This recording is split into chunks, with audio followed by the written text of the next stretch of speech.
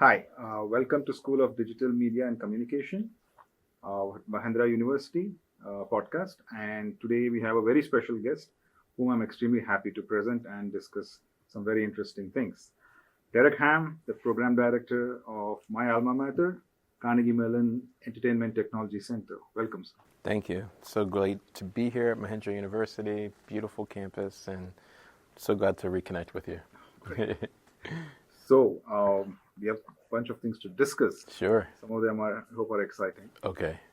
First thing, since you are at the cutting edge of technology, both entertainment side and the research side, so both left brain and right brain, Right.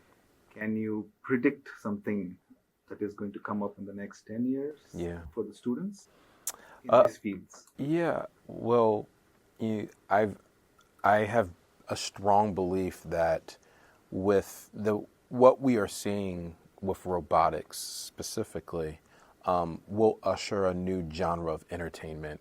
And I'm not even sure if I want to call it game. I follow the trends from a historical perspective of what happened with the big boom of video games today. And you have to go back in time and realize when the first video game was made, it was made on a platform that was not intended and built for games. Computers were not birthed for games. They crunched large volumes of data. They were used for military. They were used for so many different applications. Gaming was the very last thing on the list in the fathers of computing when they first started that. But fast forward, someone did a broad and bold experiment and said, could we enjoy playful activity with it in the interface? And the rest is history, right? And so you look at humanoid robots today, you look at quadruped robots, robotics in general, and even though the prices of them are coming down, they are still considered, one, a very pricey thing, and the bulk of the research is not leaning towards games and play. But I think it's only a matter of time before places like what we're doing at the Entertainment Technology Center, where we are daring to say, let's use a robot, a humanoid robot, a quadruped dog, even the arms that are attached to tables, and what kind of games and playful experiences could we have with them. My bold experience is it will usher a new category of entertainment, whether it's game or not. It is going to be something that's purely about entertainment and pleasure.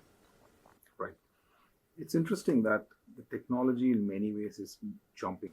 Like the speed that many of us feel that, like, we feel that time has sped up. Right. And technology is partly, and our lifestyle, I guess, is partly to contribute to that.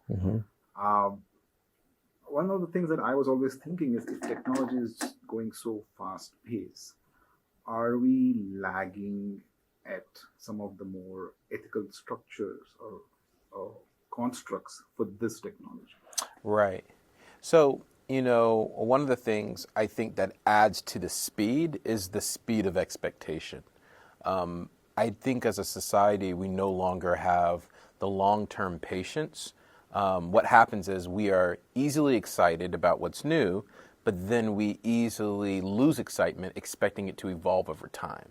You look at the length of the evolution of television and film, several years. You look at the, even what I mentioned before, video games.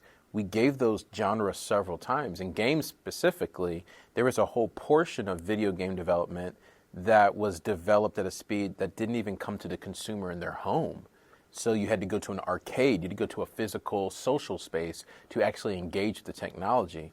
I think the speed issue today is the expectation for it to mature overnight and become a household item overnight. And if not, they're ready to tank it. And I think that has added to this issue of a weird expectation with speed. Like the speed of our lives has given a false expectation of how VR, XR, robotics should behave. And so even with VR, there are some who are like, oh, VR is dead. Like, what do you mean VR is dead? After 10 years, because it's not in every household, you're going to say it died? This VCRs, television, film, it takes years. So I do think it's a problem that we have those expectations. And then the other thing I noticed related to speed and time, and we've seen this with social media, is we are developing products faster than we can ask the ethical questions of what harm it may bring to us. And so addictive qualities to certain things. We are making up policies past when they're delivered. And so that would be fixed if we slowed things down, if we took a hard look at these things that we're developing. But again, it's part of the industry and it's part of our daily lives to kind of move at a speed that we really shouldn't be moving at. And so going to the responsibility of academic environments, I think those are the places where we can slow things down a bit.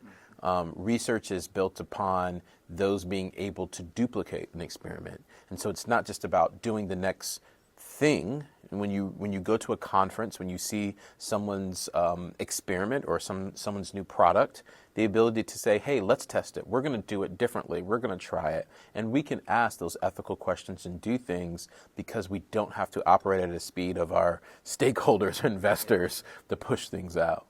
Yeah. That's the general feeling we get with technology, that the governments who have the right thing in mind most of the time are always a generation or two behind, right? And one of the things that is all the rage in most households nowadays is synthetic media, especially the videos and the imagery that it can create. And we are really not there ethically, or we don't know what we are dealing with in many senses. And I think movies are going to be made now on misuse of synthetic media. Right. Yeah, but you can see that coming. Yes. And I come from the film industry, and for whenever you want a technological villain, it's AI. He's become dystopian negative aspect of it. Right. Terrorist. Before it was the guy with missiles. Now he has an island full of missiles. Right. He's become a terrorist in a cave with people ready to blow up things. Yeah. Now it's an AI. It's AI. Yeah. Right. So, couple more questions, and then we can close the chat. This is your second visit to India, in Hyderabad. How do you find the vibes here? Yeah. What I really appreciate about India is a sense of rooted in culture that doesn't overlook looking towards the future. Now, I say this after only 2 visits. I'm sure there's people who might say, oh, you haven't seen this side or that side. But what I mean is, the appreciation for food, the appreciation for music, the appreciation for the various forms of art that comes out of the rich culture of India, along with technology, along with new systems and pushing towards the future. And I think that provides the ultimate opportunity for those communities to collide. The Entertainment Technology Center was birthed from a computer science faculty member and someone from theater and the arts. For 25 years, those communities have been coming together.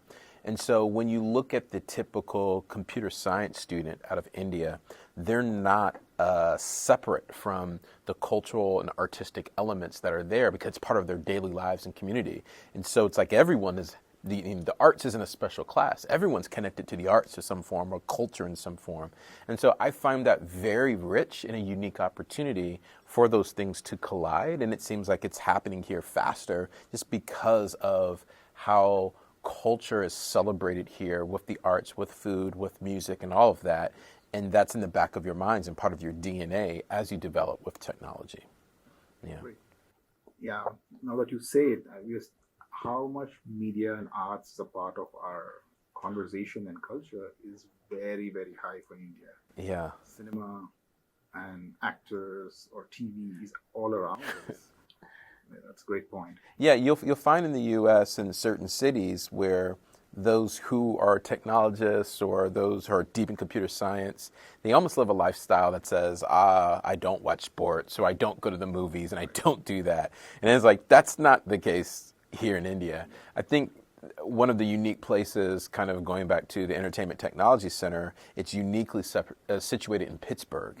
And if you know anything about the cities in the U.S., Pittsburgh is a unique city that everyone watches the Steelers, everyone watches football, and there are certain cultural elements there even the baseball, as bad as they are, the whole city rallies around it. So there are certain cultural elements there that are Pittsburgh culture that permeates through all of those areas. So I just find that it's so interesting that that happens here at a national level. Yeah. Great. So final question. Can you tell us something in one or a couple of sentences what you'll be talking tomorrow at the conference? Right. So I'm talking about a pedagogical approach about play and how play is essential in our understanding of innovation. I use this term also about being intentionally undisciplined. And that is to say, like when you are studying to be within a discipline, the discipline of computer science, the discipline of the arts, that there has to be a moment where you break away from the canon that guides your way of thinking and your approach of problem solving, only to open yourself up for other ways of thinking and other ways of doing. And so part of that is playfulness. When you're in a play state, you can be the other. You can act extraordinary than you would as a person who's not in the state of play. And you put those pieces together into an environment that's meant to innovate and create and do things that have not been seen.